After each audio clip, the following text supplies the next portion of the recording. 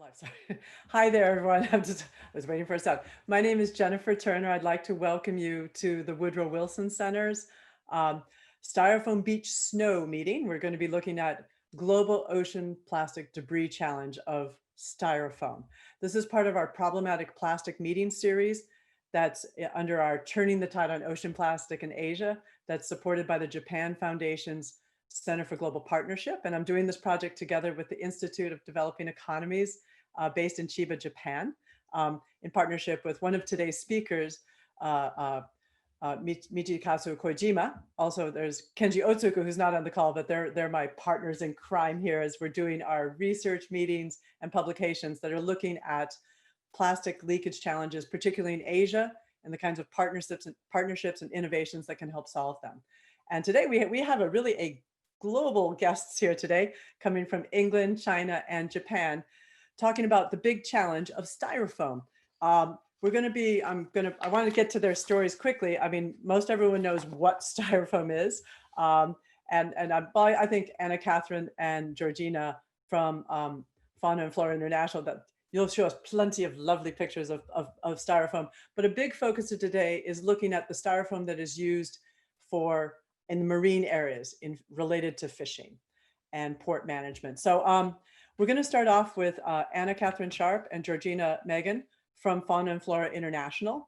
And they're going to be drawing on a recent report that they published on polystyrene pollution. They're going to launch it off with looking at some of the drivers of the snow of styrofoam that ends up on the beaches and in the ocean waters of the UK and the EU, and highlight some recommendations.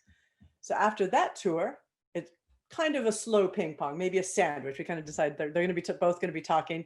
We're going to move to Han and Jinsong Li.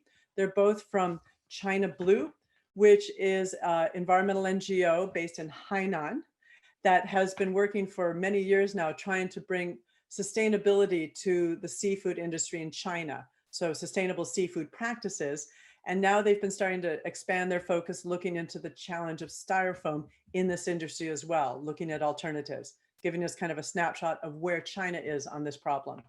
And then we're going to close out with Michi-san, who is going to explore some of the progress that Japan has been making to better sort and have more safe disposal of styrofoam, including lots of recycling. And so that among all the speakers today, we're hoping to get some insights into the kinds of the scope of the problem and some of the lessons learned. So this meeting is going to be interpreted into Chinese, and it'll be recorded later. So Chinese speakers, you'll get to hear this all in Chinese. So I'm going to start out. I'm going to give the floor. Annkathrin, you could start sharing your screen as I introduce you and Georgina. So Georgina is a senior program manager of Fauna and Flora International, and she heads their organization's work on marine plastic pollution. She's a zoologist by training, and she's really involved in specifically leading this issue on polystyrene pollution for Fauna and Flora International. And Annkathrin Sharp, she's the Marine Plastics Program Officer at FFI. And so she's been working and engaging with corporate, NGO, and policy stakeholders to gather the evidence of the problem and how to solve it. And she also has a marine, as an animal background. You have a master's in marine mammal research. All right, we're going to start off with you two. Thank you very much, everyone, for tuning in. And want to note that anytime during the meeting, you can, I put up my old school board here, that you can tweet Wilson at CEF or email Clara Aldbrokish at wilsoncenter.com. It's on your webinar screen as well. You can submit questions anytime. I will mute, and the floor, virtual as it is yours. Thank you very much, Jennifer, and thank you to the Wilson Center for inviting us to be part of this presentation today. So I'd like to start with a very brief introduction to Fauna and Flora International. We are the world's oldest international biodiversity conservation NGO. We're founded in 1903. We work on the conservation of species and ecosystems worldwide. We have human well-being very much at the heart of that, and you can see our vision statement on the slide there. So in 2019, we were working on 129 projects in 45 countries, including 29 marine projects. And almost all of these were working through and in partnership with local organizations, and developing local capacity is very much a core part of our approach. Next slide, please. So in 2009, we started working on marine plastic pollution, seeing it as an increasing threat to the marine biodiversity we are working to conserve. And that biodiversity angle is very much a key underpinning principle of our work on plastics and how we approach it.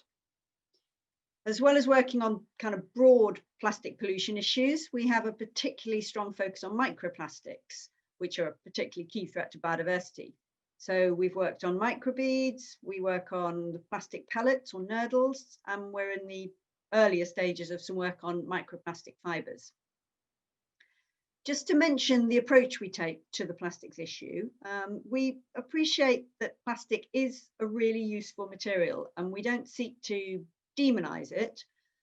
What we're looking for is sensible plastic use in a circular economy. So moving away from the single use and the wasteful culture that currently surrounds a lot of plastic use.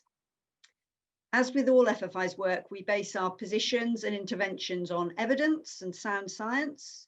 We work collaboratively with other NGOs, but also very much with industry or with governments. And we're focused on finding realistic, practical solutions. So taking a constructive approach to solving problems. Next slide, please. As Jennifer mentioned, we've recently started working on foam polystyrene. Polystyrene is a major component of beach litter. So, for example, a European Commission report found it to be one of the top 10 items found on beaches in Europe. And some surveys in Denmark found it to be about 11% of plastic beach litter. And it's known to have an impact on marine life. So it's one of the most common types of plastic found in sea turtle stomachs, for example. And it's been found in the stomach of several seabird species, especially species like albatrosses and shearwaters that feed by skimming surface waters. Polystyrene also absorbs and concentrates toxic chemicals from the water, which can then accumulate in the marine fauna. So it's a material of quite serious concern for biodiversity. As you'll be aware, foam polystyrene obviously has some very useful properties. It's lightweight, and so it's buoyant, it's insulating, it's waterproof, impact resistant, and relatively inexpensive. And as a result of all that, it's quite widely used, both on land and directly in or near the water. The use of foam polystyrene, or styrofoam as it's often called, for takeaway food containers and cups and packaging has had some attention from policymakers, but ocean uses have been less in the spotlight to date, despite the fact that because the material is actually in the ocean, the route to pollution is obviously very direct from there.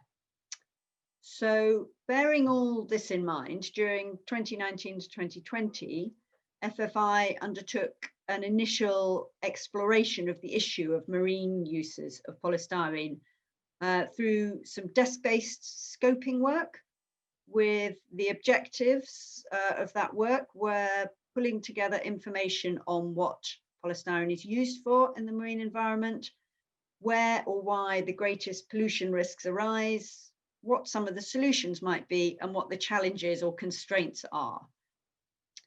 As we're based in the UK, our work had a focus on the UK, but we did also look at some examples from wider geographies. And I'm going to hand over to Annie now to tell you about the results of that work. Thanks very much, Georgina, and thank you all for having us. So as Georgina mentioned, our scoping work, which was carried out with our wonderful colleague Hazel Akester, involved research into diverse elements of foam polystyrene production, use, disposal, and recycling. We also did stakeholder mapping, an online survey to users of foam polystyrene maritime products, and telephone and Zoom interviews with researchers and stakeholders who are trying to understand or work towards solving this problem. Now, we catalogued a range of uses for foam polystyrene, with the ones you see here being among the most common and I would imagine unsurprising, though there are other uses such as in boatyards, vessel insulation and construction and so on.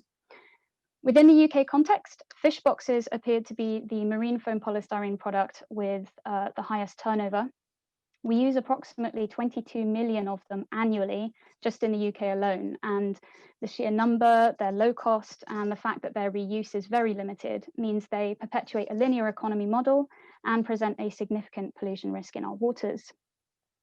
Foam polystyrene is, of course, also very commonly used for buoys and floats. In the UK, large buoys and floats appear to be covered in hard protective plastic in most situations, which of course reduces the risk that the polystyrene inside them will fragment and cause pollution while they're in use because it's encased. However, uncovered buoys and floats are still used to some extent, for example, attached to fishing pots for crab and lobster. And smaller floats, particularly attached to nets, often appear to be left predominantly uncovered. Outside Europe, uncovered buoys and floats are extensively used in aquaculture and fisheries, where they cause significant pollution. And we found a number of examples from places as far afield as Canada, South America, and East and Southeast Asia. Another key one I'd like to pick out here is pontoons. So pontoons often contain foamed polystyrene, and while they're increasingly covered by a more resilient material, such as concrete or hard plastic, this does not guarantee protection from damage in all conditions.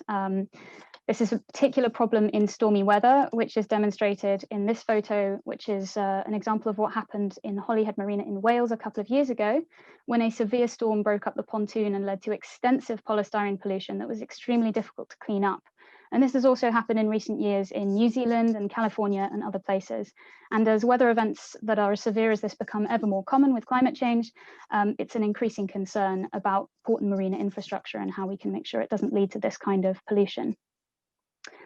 However, severe weather events are not the only route to pollution for polystyrene maritime products. These products at sea are also at risk of degradation through factors like ultraviolet light and wave action. Also, they're vulnerable to biofouling, which can compromise their buoyancy as bits of natural organic material cling to them, make them heavier, and lead to them sinking into the water column. They're also susceptible to burrowing by marine isopods, which can tunnel into foamed polystyrene floats, making them weaker, making them hollower, and exacerbating any possible damage caused by abiotic factors, and often even rendering items completely unusable in some cases. And as the image on your screen shows, birds like gulls and geese can peck into polystyrene, either when feeding on marine organisms on top of it or to make a nest, as is demonstrated here. Then, of course, you've got accidental loss, accidental damage, for example, through interaction with gear or with vessels. And when an item has reached the end of its usable life, they are sometimes deliberately discarded into the ocean where it's too much hassle or cost to dispose of them responsibly. So we wanted to highlight a couple of examples from Asia, which we read up on from public reports over the course of compiling our research. The first of which is Taiwan, where, as you'll likely be aware, there is a centuries-long history of oyster farming, and it represents the biggest share of the island's aquaculture industry. And the most common type of oyster rack traditionally is the one pictured, which is the use of a bamboo raft that's kept afloat by polystyrene blocks or buoys. And this derelict raft gear produced by oyster farming activities is widely dispersed along the southwest coast of Taiwan through accidental loss in bad weather, through damage and vessel interaction, or through deliberate discarding. Now, as you may know, the Taiwanese government took steps to combat the problem using legislative measures to do various things such as ban oyster aquaculture during the typhoon season, prohibit the use of uncovered buoys, and to establish financial incentives to return damaged buoys and floats to collection points. But a regulatory approach is just one way of handling the issue. One alternative is through voluntary measures, which can be conducted on their own or as a complement to regulatory measures. And one example of this is we found in Hong Kong, where foam plastic is estimated to make up around 21% of marine refuse recorded. And in particular, broken up and damaged fish boxes are a very common component of marine litter, regularly recorded washed up on beaches, and in particular after typhoons. Now, though the government hasn't taken any action on this issue, Hong Kong's main fishing port, Aberdeen Harbour, has seen some voluntary steps taken. Working with WWF Hong Kong, some fishermen have trialed alternative fish boxes made up of polypropylene, and the fish market has installed a compressor machine to shred and compress used polystyrene foam into bricks to be sent for recycling. But these are only pilot schemes, and scale and funding is of course required to increase their impact. Similarly, concerns remain in Taiwan about how effective these legislative efforts have actually been. So there are clearly challenges to reducing polystyrene pollution from maritime sources, a few more of which I'll summarize now with a more general context. One key issue is that due to foamed polystyrene's propensity to break up, it's often difficult to determine what its original use was. So any figures on foam polystyrene pollution from specific products only take into account products that can still be identified and not those that have broken down into fragments, such as those you can see in this picture. That means it's difficult to trace foam polystyrene pollution to a specific source and thereby target interventions more effectively. Another challenge with maritime products made of polystyrene is that they're often too contaminated to recycle. And in any case, their very high volume to weight ratio mean that they are bulky and costly to store and to transport. And finally, foam polystyrene products are cheap to produce and to replace, while alternatives can be expensive and may bring their own indirect negative impacts. So bearing all this in mind, we'd like to emphasize it's not all challenges. As we outline in our report, some initial steps are being taken with diverse approaches to tackling this issue. We built on these with a set of 11 recommendations, which for the sake of time, I've very roughly and crudely grouped into 4 main pillars to summarize them now.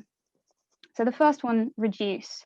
The primary approach should always aim to reduce the amount of foam polystyrene used in the first place. And to achieve that, we promote various things like the use of durable materials and the improved care of marine items to limit how often they need to be replaced. Examples of this include air-filled hard plastic, which is a readily available option for buoys, floats, and pontoons, and also covering foam polystyrene with a hard material to reduce that pollution risk, which I mentioned earlier. Other examples of these interventions in action include legislation that expressly forbids the use of uncovered polystyrene in the water, and that's been introduced in some jurisdictions. And in places like Scotland, alternative materials and delivery models for fish boxes are being explored and trialled. We also call for evidence-based exploration of affordable, less environmentally damaging alternatives, and for their evaluation against the full life cycle cost of foam polystyrene items. It's really important to just pause for a minute here and recognize that as an organization, FFI is generally wary about promoting alternatives where they may pose further potentially unexpected or unseen environmental costs themselves, whether in their manufacture or in their disposal.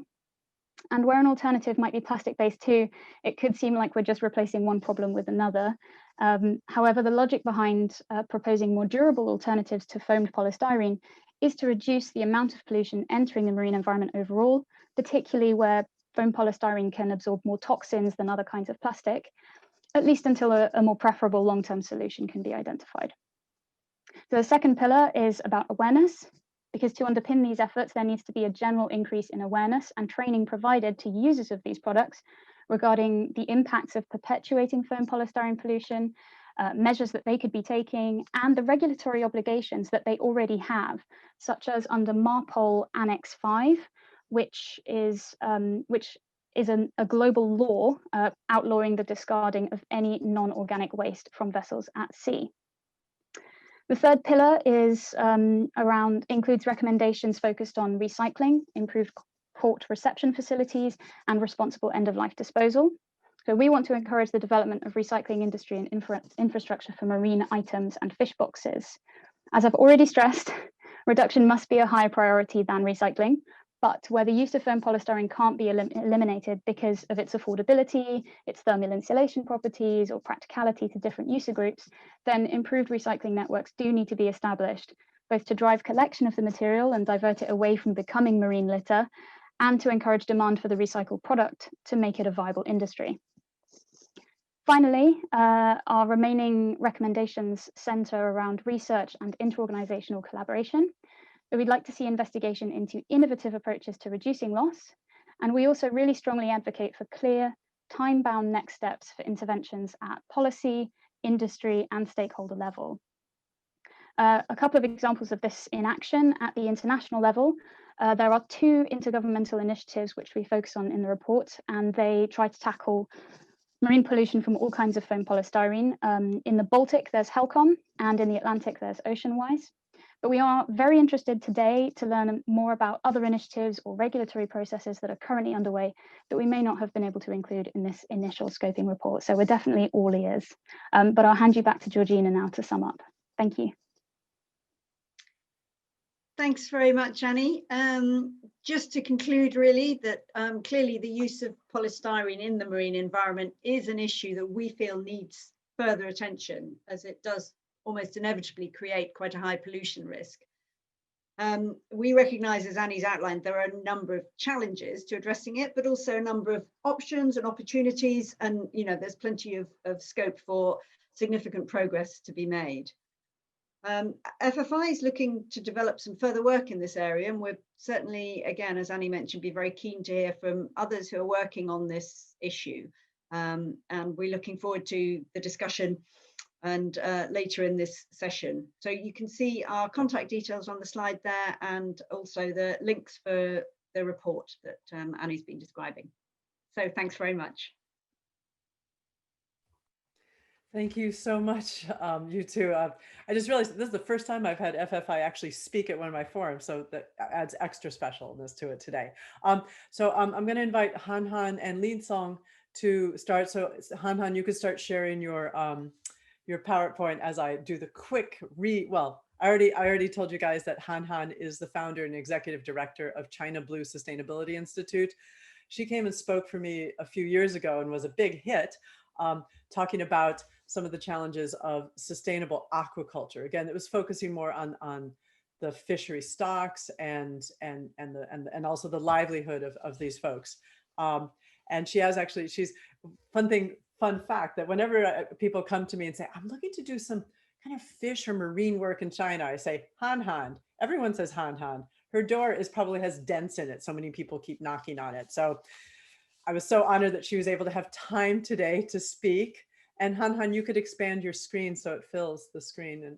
And so she's going to start us out, and then we're going to have Li Jinsong, in presentation mode. Yeah. So can you see the screen? Yeah, we can see it. It's fine. Okay, that's great.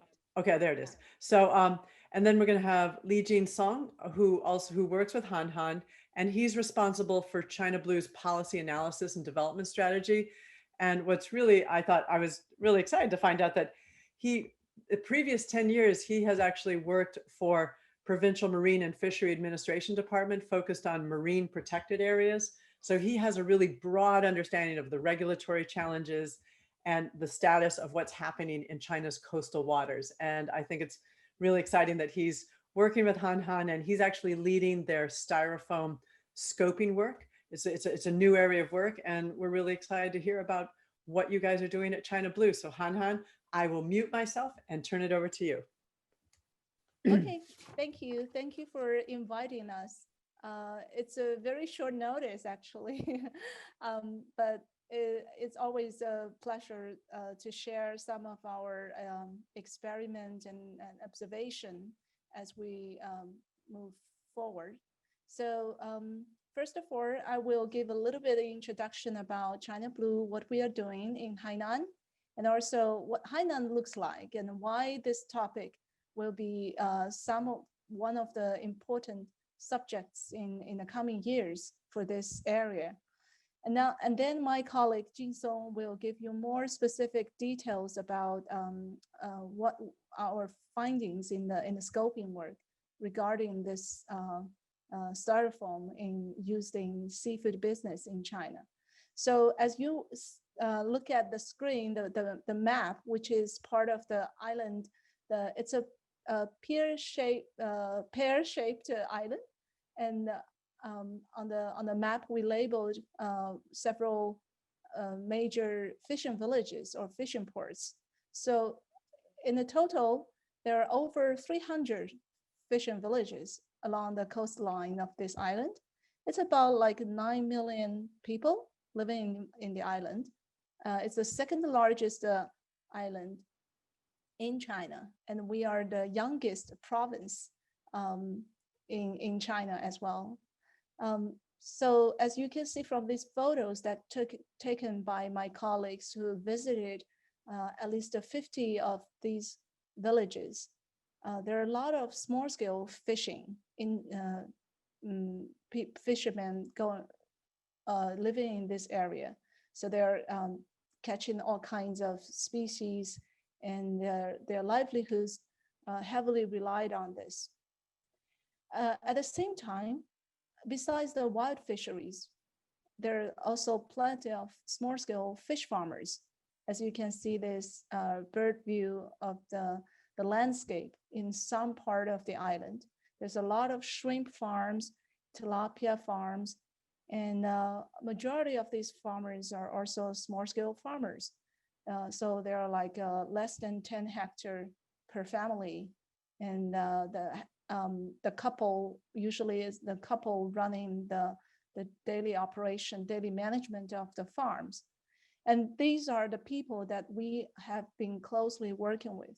So the basic challenges for these people to achieve the sustainable development is how to become better organized to make the production more efficient.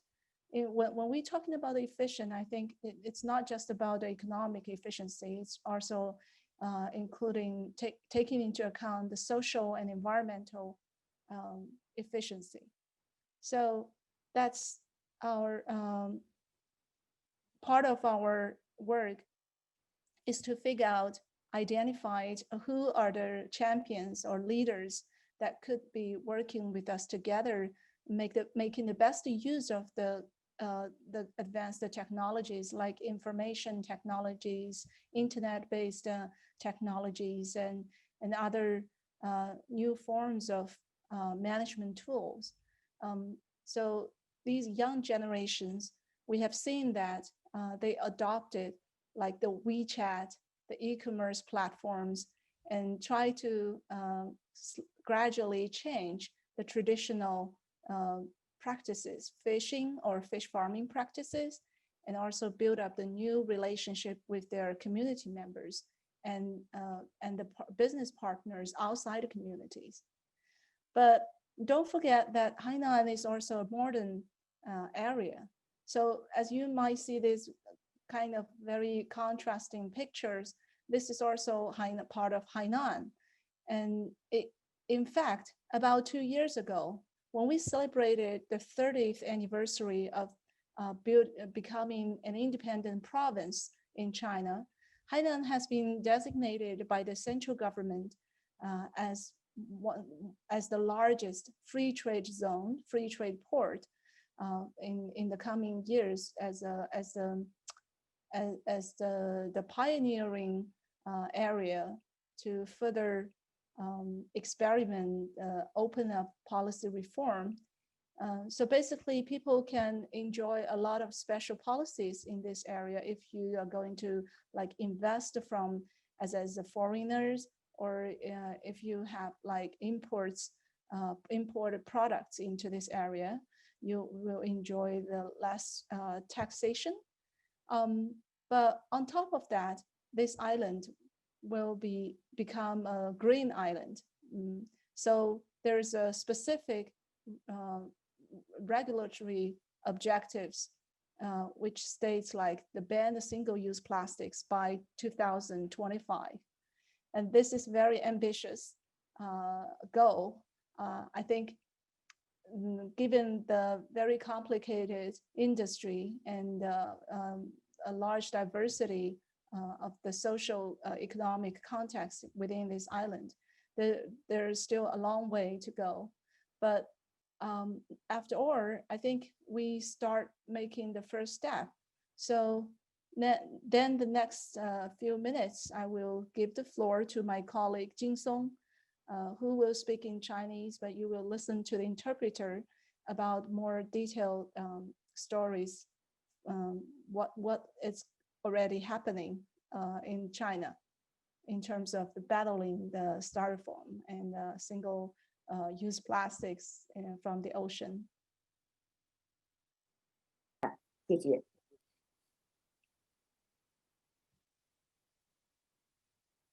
Hello, everyone. I am Jinsong. Very pleased to have this opportunity. So we're now talking about the use of plastic in farming. And it has played an important role in the sustainable development in the fishery, in agriculture. Right now, we are working on encouraging the fishermen to bring the trash they obtain in the sea, to bring them to the land to do some disposal. So we are trying to explore the possibility, and we did a scope research earlier in China. We realized that still this is a shortcoming in China's marine plastic contamination treatment. We need to have some effective way to manage this, to have some innovation and experiment. We found out that China in 2017, there is a very popular social movement in environmental protection, and it has obviously pushed the agriculture and the fishery, especially the agriculture, the treatment in the plastic trash. And in the past, the agriculture mainly used the styrofoam as the float in the fish box. But from 2017, and there is environmental elevation project, and on the one hand, it cleaned the fish box in some of the bay areas, lagoon in some hot spots, and that had decreased the overall volume of the use of this styrofoam. At the same time, the regulatory agencies ask that the fishermen use more stable and the fabric that is less likely to fall apart to make for the as the float. So this is a contrast between the old container and the updated container. So this is an upgrading process, and the government will provide subsidy, bank will provide loans to cover some of the cost in this upgrade process.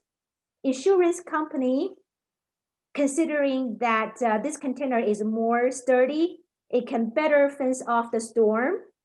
So the insurance company is happy to provide insurance to offer less expensive premium. And these are good incentives for the fishermen. And this provides motivation for the fishermen to upgrade their facilities. So we see that this contamination in the sea is being well controlled.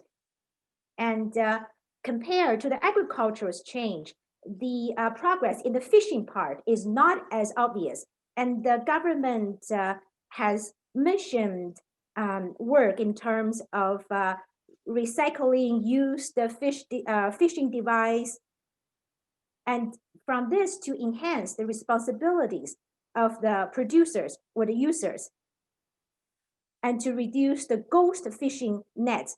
However, these have not become mandatory yet. And in the very fishing dense areas, such as Quanzhou in Fujian, Lianyungang in Jiangsu, there are a lot of used fish nets. And it's okay to do the recycle and reuse. It has become a whole industry. Let's say in Lianyungang, in Jiangsu, in some fishing villages, they have designated part of the laborers to do the fish net recycling. It helps with employment locally, but this has not happened in Hainan yet, because Hainan does not have the same large scale as the other places, and it's expensive with logistics, with transportation. So far it's still difficult to form a commercial recycling model on this yet in Hainan. So we need the government intervention. We need the public interest sector's intervention on this in Hainan. And it is also a difficulty to tackle the trash produced by the fishing ships or boats.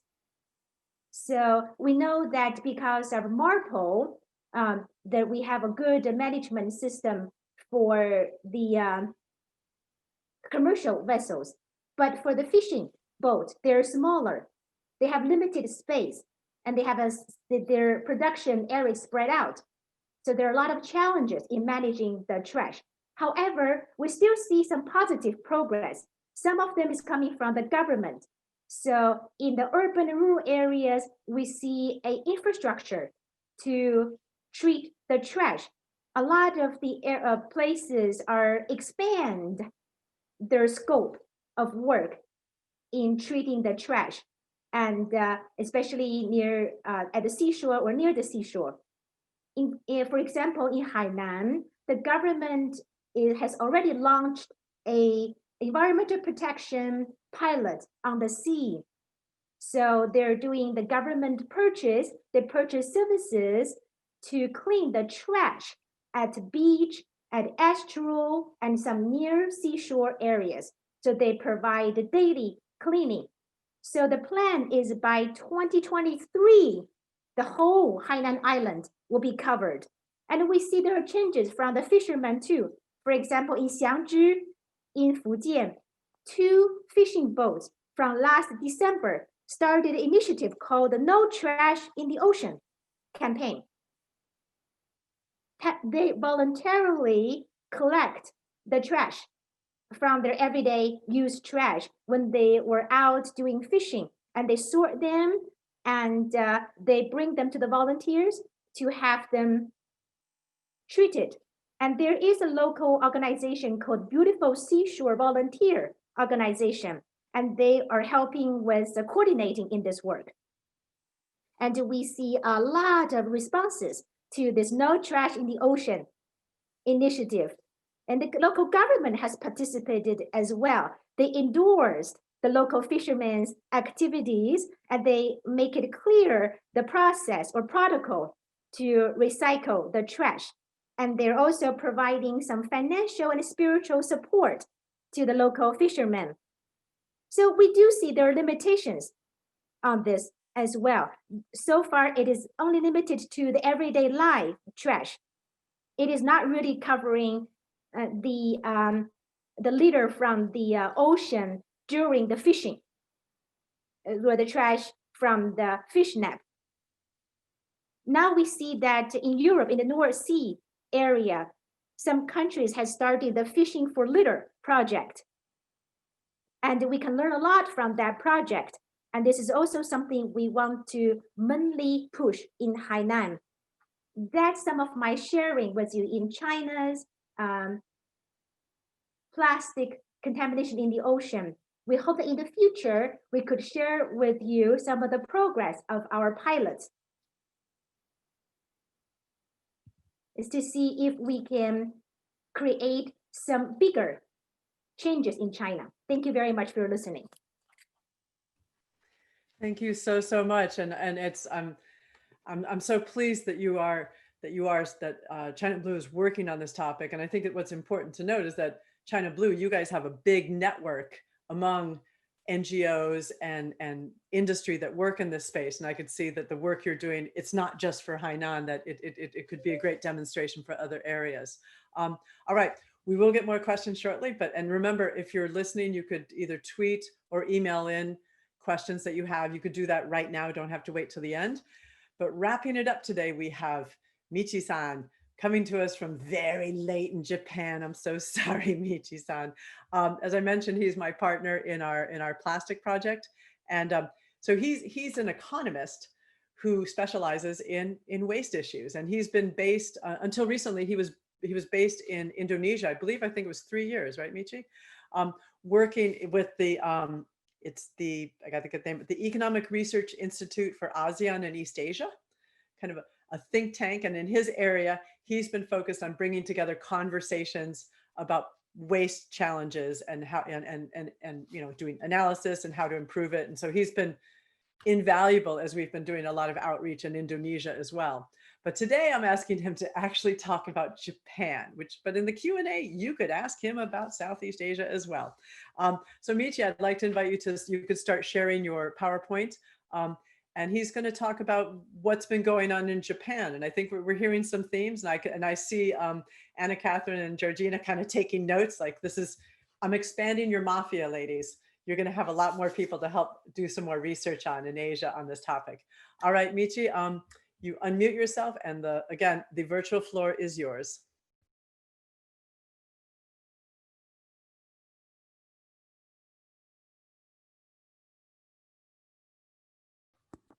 I forgot to unmute, so.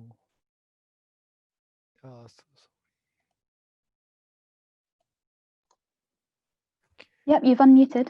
You're good. You can Yes. start talking now. We can hear you. Yeah, thank you very much for kind introduction. You can hear me, right? Yep, we can hear you. Yeah. So I would like to talk about some good practices in Japan to reduce the leakage of expanded polystyrene or styrofoam. Yeah. This is a figure on the production of EPS by use in Japan. And as you can understand, the container is there are more than half of the EPS we produced. And regarding floats, probably it can be categorized as cushioning materials, probably. And from the household level, the major stream the EPS styrofoam is PSP tray, polystyrene paper tray, and also the fish box is from the fish market. So they are the major contents of the containers. And we have some statistics about the disposal and the recycling and the energy recovery of styrofoam. And from 1990s, there are some kind of the initiative to increase the material recycling, this blue part. And the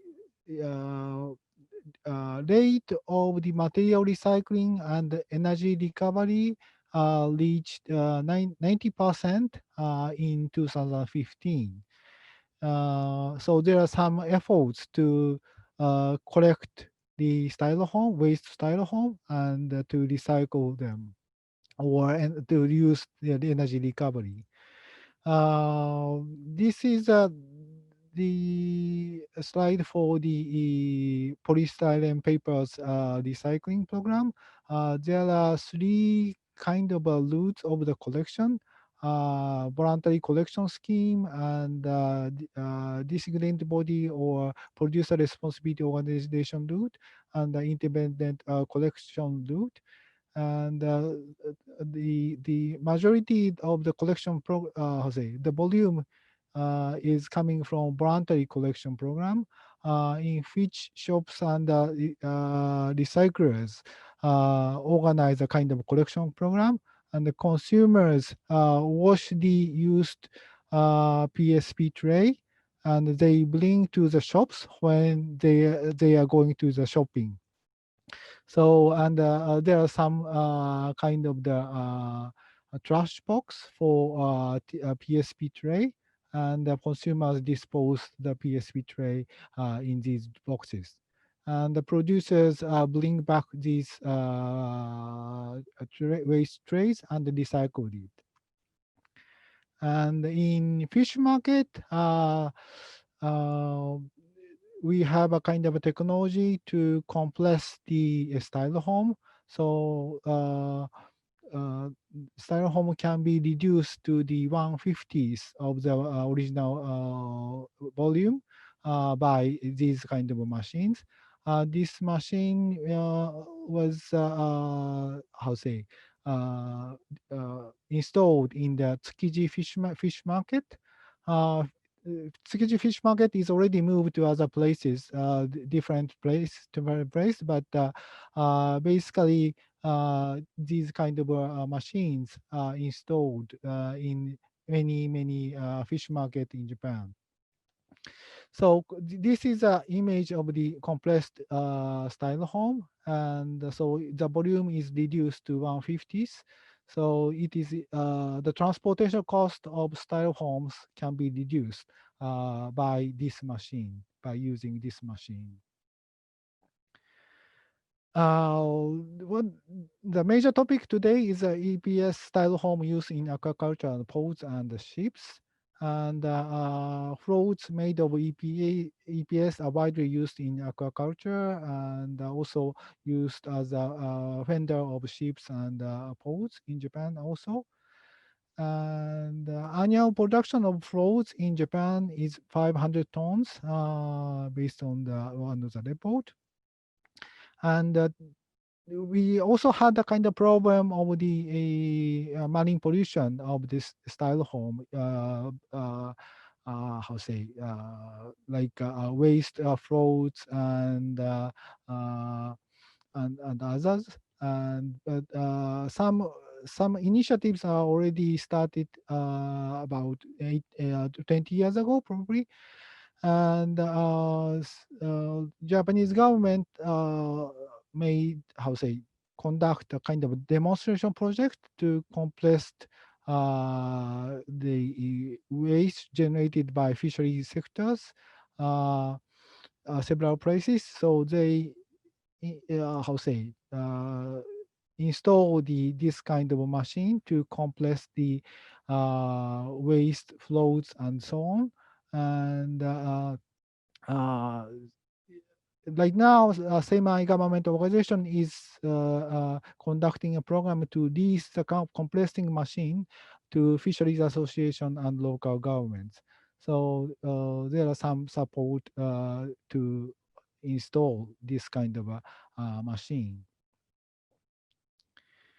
And also some fisheries cooperative association try to use the high durable EPS float, a styrofoam float. So compared with a conventional EPS float, durability is increasing. And it can be these high durability floats can be recycled because it is easier to how say clean up the surface of the this float. So one of the fisheries cooperative association in Kagoshima area, they try to replace all of the floats to high durability one. And it took 10 years for the cooperative to replace all floats to high durability ones. So that was a kind of the good practices in Japan. So, and regarding this compressing machine, we had I posted the link of the video here, and also I heard that the website of this webcast already post the video. So you can check the website of this event. Okay, thank you very much. Yeah, thank you. Yeah, I actually really encourage you guys to look at the video that shows how these compression machines work and that it has a very long history in Japan. You could, if you could unshare your screen, that would be great, Michi-san. Good. Yeah, so I mean, go check it out because it really appears that recycling, I mean, compressing and trying to recycle or dispose of it is kind of a near-term strategy that we have. I've started to get some questions both from outside folks and my research assistants. So I want to encourage people, if you have questions for our folks here, please don't hesitate to tweet or email it in. The links are on the webpage. I guess the first question I want to toss out there that we had, and I know that Claire and Ilya and my team want to know about, is the question of new technologies to replace styrofoam. And I know that I think, Annkathrin, that you mentioned that Fauna and Flora International are a little bit hesitant on this. But what are you seeing out there? I mean, I want to interject that the Wilson Center's Polar Institute recently had a publication, and there's a scientist in Alaska who's created fish boxes that are made out of mushrooms. So not that you would eat them afterwards, but that they're being, it appears to be quite promising. But so what are some of your thoughts? And I'd like to open up to anyone, maybe Michi-san might want to also interject here, because there's also different opportunity costs. But okay, what does Fauna and Flora International think about substitutes for styrofoam? Well, it is a great question, and as I mentioned when I was giving my talk, you know, where it is at least a lesser threat to biodiversity, an alternative may well be something that we'd like to see considered. When it comes to things like fish boxes, you mentioned the ones made out of a sort of a mushroom-based material. We have seen examples such as cardboard fish boxes with an exterior laminate, which is made of, you know, plastic polymers, but at least the base material is cardboard. I think some of the issues there when it comes to transporting very sort of temperature sensitive products such as seafood, where you've got the public health element there, the main concern is that they don't have the same thermal insulation and regulation properties as polystyrene based ones. So some people have been trialing wool to use as an insulator, as an alternative. And there are also reusable hard plastic fish boxes being trialed. And at sea, you've got alternatives such as, I think, polypropylene and sort of air-filled floats and buoys. The problem with those is that a lot of fishers who have trialed them and used them in practice have said that if they are dragged down on, for example, on a mid-water or a deep water net, these little floats can crack and let seawater in, which then of course ruins their buoyancy. Whereas at least if a plastic coated polystyrene float cracks, then it still retains its buoyancy. So there are things being explored, but of course it's the user group at the end of the day who needs to be convinced that it's just as practical as the original material. And where we haven't managed to achieve that yet, those alternatives are going to have to be sort of workshopped and innovated a little bit further. Yeah. Okay. Anyone else want to jump in on the question of alternatives? I'm gonna switch it up a bit, just double checking. The last thing that you said, Annkathrin, was the question about the users, and a lot of times it's the fishers. And Han and Lisong, that you work with the fishers in Hainan. And I wonder if and I thought it was great you had the one example where there was the community group that was helping the fishers who were collecting, you know, just their domestic waste and helping to support it.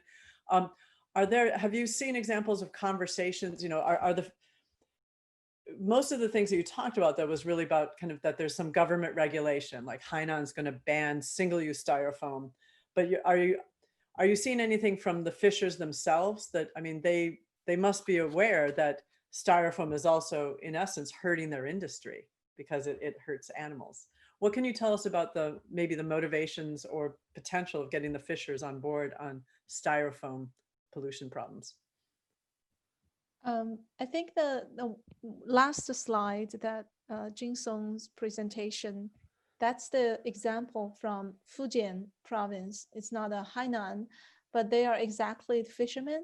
So they are, you know, self-organized to carry on all the domestic litter back to the port. But they have been asking the questions about like what would be the substitutes for the styrofoam, and I've met someone from the local research institute who is working with the fishermen trying to figure out a new material for to replace the current fish box. Mm-hmm. But I think most of these efforts are still under development, not fully mature. So it might still need a little bit more time. And Han, with the work that you're doing, I mean, you're doing this scoping work. What is your kind of your near-term goal of this work? Is it to inform? Is your audience mainly the fishers, or is it the government, or is it industry? Where are you going to take this car when you drive it through Well, the finish line? Yeah, this scoping work was originally inspired by some call for proposal from the GIZ in this. It's a German German development. development organization. This belongs to part of like the EU China environment program, I guess. So it's a big project combating the ocean plastics issues in China. And ideally, if we're lucky to get this signed agreement in the coming weeks, starting next year, we will select 1 or 2 fishing harbors, fishing communities to work hands-on about how to, to figure out the more practical steps that we can work with the fishermen. First step, we probably will learn some. I think we try to start with something similar like the fishing for litter, and also try to figure out maybe the same measure that we can learn from other provinces like Fujian provinces. They've replaced the styrofoam with other materials for the cage farming, for the buoy, and so those are the measures that might be a little bit localized to adapt to the Hainan situation in the coming year. Yeah. Okay, well, so that's a local solution, and Michi-san talked about one a community that they over 10 years kind of came up with kind of a better situation in dealing with their styrofoam. Georgina and Annkathrin, can you tell me a little bit about you mentioned that there are some regional organizations in Europe, because let's kind of go up a level, because we're also, when we're looking at solutions, there's partnerships and innovation, but it's also the level. So they're working with the community, so that has some advantages, of course, to maybe limit the loss of the styrofoam. But tell us a little bit about either one or both of the regional groups. What's happening there? Georgina, shall I? Yeah, okay. So the 2 that we mentioned that are featured in our report are HELCOM in the Baltic Sea and OceanWise in the Atlantic. So they are linked to, so OceanWise, for example, is linked to the EU Marine Strategy, and they are trying to draw together stakeholders from, I think, 5 different countries. I'm going to embarrass myself if I can't remember them all, but I think it was Spain, Ireland, the UK, France, and maybe Portugal as well. Yes, Portugal. And essentially through things like dialogue labs, which now are having to be held via Zoom calls, of course, the sharing of knowledge, and coming together to sort of pool experience, pool pilot projects and things like that to identify the best routes to innovate and to intervene at both national and EU, or the 5 member country levels, to try and pilot different interventions that may then, if successful, be rolled out across wider Europe, particularly in countries obviously with marine, with coastlines and a big presence at sea. So that's just one example, and it's still very much in that dialogue stage, but they're investigating the impacts and the prevalence of foam polystyrene pollution, as well as coming up with potential interventions. I think one of the big issues, which I'm not sure we really touched on during this conversation yet, is the paucity of information. There is obviously a lot of facts and figures that you can find on polystyrene production from the plastics industries in terms of how many thousands of tons per year are put into construction or into packaging and things like that. But in terms of its use at sea, it's really, really hard to get some hard data and guide those interventions. And I think that's one of the barriers or challenges, better said, that these organizations are trying to overcome at the moment. Yeah. Well, that's great. I mean, that's good. So we've identified that it's hard to collect styrofoam, it's costly to get replacements, and then we don't even really have the data in terms of on the marine side. But let me switch to, let's look over at Japan. Japan, I thought it was really fascinating that almost 90% of all the styrofoam in Japan is collected and it's either recycled or burnt. recycled or incinerated. Michi-san, I mean, that's dealing with it at the very end of the pipeline. Is there any movement in Japan, I mean, at a national level that is looking at, I mean, so because I'm talking about, there's two different kinds. There's the marine, and then there's the daily use food packaging. Is there a movement in Japan to maybe ban styrofoams? I mean, my fair state of Maryland, we're the first in the union that has actually officially banned styrofoam food packaging. It has an exemption for marine styrofoam, sorry, FFI. But it's, you know, so we're starting to see, and around the US, we've had other states and counties and cities that are also banning other kinds of single-use plastics. But what about Japan? Are you seeing some movement to kind of try to get at styrofoam at higher up the pipeline, at more the production and supply side? I mean that, I'll say, yeah, maybe you can see the figures of the, how say, the generation of waste and the recycling rate, the figures. You can observe that the trend of the volume of the consumption of styrofoam is reduced actually. So one of the reasons might be the Japanese people's less consume fish right now. So that is one of the reasons to reduce the reduction of the volume of the styrofoam in Japan. And I think we don't have a initiative to prohibit the use of a styrofoam so far. We already invest in the recycling or reception facilities in supermarket or the local governments and so on. So probably we will continue the use of the styrofoam somehow. Okay. We're going to some outside folks questions. I had a great Maeve Thornberry from Maeve Thornberry Associates has an observation that actually we've all been kind of misspeaking, that we actually shouldn't refer to it. We should refer to it that styrofoam and EPS are not interchangeable. So slap my hand here, that we should actually refer to it as expanded polystyrene or EPS. And so we'll be good from here on out. Thank you so much for catching that. Language, because it also shows you we don't even totally understand. We look at it and say, this is styrofoam.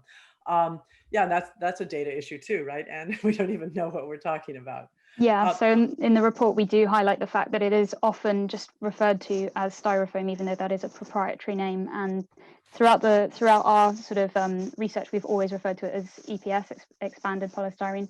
And we also need to note that polystyrene is used in an extruded form as well, but that's not the focus of this discussion. It's another type that, you know, people need to be aware of, and it is part of the broader plastics use makeup as we discuss plastic pollution and things like that.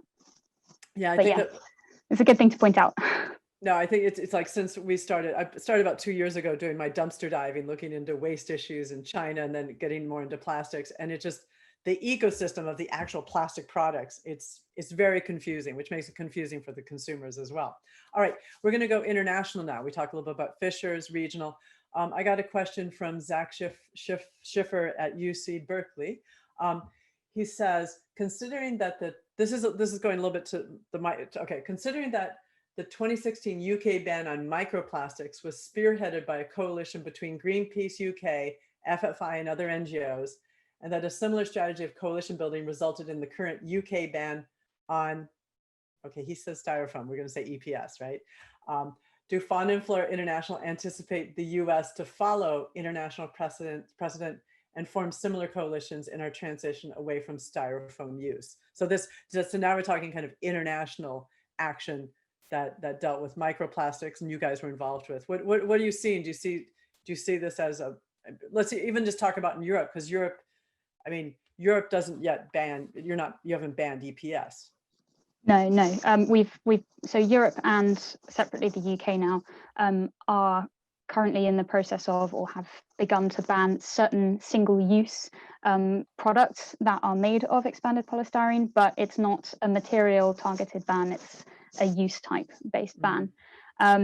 I think that coalition work is a huge driving force in getting these changes to be brought about. And from a US perspective, I think that there could well be appetite for it. There is awareness, at least demonstrated by the fact that certain state level or county or city level ordinances do, for example, restrict the use of foamed polystyrene in marine settings. In places like Oregon and Washington State, they have regulations regarding the need to encapsulate or cover foamed polystyrene in hard plastic or more sort of resilient materials. And some city ordinances also ban any kind. They refer to it as styrofoam in their legal language, but they mean EPS products. So there is clearly at least an awareness there. It may require more grassroots work, community level work, and then different government, industry, and NGO coordination to try and make things happen. Outright bans we're wary of those because, again, you have that question of alternatives being sourced that may actually do more harm than good if you just grab them as a knee-jerk reaction without thinking through the full life cycle implications. But I don't see any reason why similar coalition-based efforts can't be made. I think George actually, sorry, just quickly, Georgina's involved in coalition work at the moment on pellets, so she might have something to add. Well, I was just going to sort of add really that on the principle of coalition working, absolutely. I mean, we've found from our experience, both on the microbeads and, as Annie just mentioned, on plastic pellets at the moment, that bringing together coalitions of either just NGOs or even wider involving industry organizations or associations, so on, can be a really, really productive way of working. And it obviously draws on the kind of strengths and different approaches, often even amongst the NGO community. Different organizations will have very different approaches and areas of expertise, and bringing those together in coalitions is, I think, a really, really effective way of working. So would definitely encourage US or anywhere else to be thinking of that if they're wanting to address these issues. Very much so. And well, I want to also ask for a moment so Georgina and Annkathrin, do you have any questions for our speakers from China and Japan? I'd be really curious to know, although I don't wish to sort of bring a level of skepticism in, where you have, for example, Han and Jinsong, you were talking about, aims to get certain waste collection or pollution prevention initiatives in place by 2023 and things like that. Do you personally, in your experience working on the ground with these sorts of initiatives, feel that this is maybe a little overambitious or unlikely to happen, or do you think that that's actually a really good driver for these different initiatives? I think it really depends on what exactly the subjects. I think ban the single-use plastics might be a little bit overambitious. Maybe if we just focus on one particular type of material, or maybe in one particular scenario, what kind of use of those material by which group of people, that might be more tangible. But it's better than not setting up ambitious goal, I think, because it's like people, you have to set a bar very high, or like you want to achieve the 90 out of 100, then you probably can reach 75. That's my understanding. And has Hainan, I mean, Hainan was, I think they were the first province that really started speaking very loudly about single-use plastics in China, and again, setting these ambitious goals. Have you and Jinsong, have you seen, let's just widen it out, not just EPS. Have you seen some changes on the ground with plastics? Like when you go to the store or when you go to shops, are you getting less? Are you getting alternatives? What are you seeing on the ground in Hainan? 少了，对于这个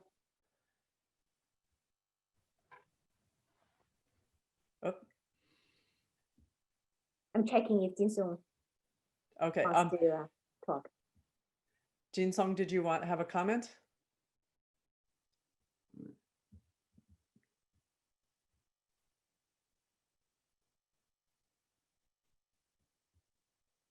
Okay, I'm just Jinsong just wants the repeat of the Chinese translation, which I'm doing now. Oh, okay. All right. Sorry about that. But maybe while that's happening, Han, have you seen anything changing? I do see like for example, the supermarkets, they used to offer free plastic bags and now you have to pay for that. And also some of those plastic bags have been replaced by different type of materials, so-called maybe biodegradable, or something like that has been not happened to all the stores, but some of them. Okay. And so did Jinsong have something to say, Helen?